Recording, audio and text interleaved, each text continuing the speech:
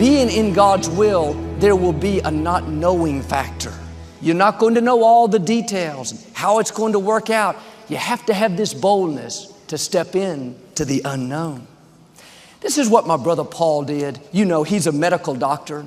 For 13 years, he was the chief of surgery at a hospital in Arkansas. He had a successful practice. Looked like that's how he would spend his life. But when Daddy died in 1999, Paul felt the Lord leading him to come back home to Houston to help us pastor the church. His colleagues thought he was having a midlife crisis. They told him to wait at least a couple of years, get over my father's death, not make an emotional decision. But deep down, Paul knew that's what he was supposed to do. In his mind, it didn't make sense. Leaving your medical practice, giving up all that training. Thoughts started telling him, what if it doesn't work out?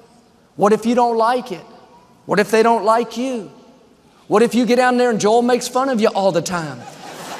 In the natural, it seemed like he was making a mistake. But like Abraham, Paul went out not knowing how it was going to work out. He didn't have all the details. We didn't have a 10-year strategy. All he knew was the first step. Go back home and help your family. What Paul didn't know was how the ministry was going to grow. He didn't know that after 8 years of helping us faithfully pastor the church, God would open the door for him to go to Africa several months at a time and operate on less fortunate people.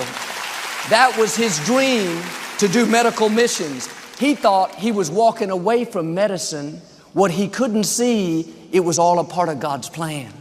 If he had not stepped into the unknown, he wouldn't have reached the fullness of his destiny. When you have this boldness to go out not knowing, your life will be more rewarding, more fulfilling than you could ever imagine.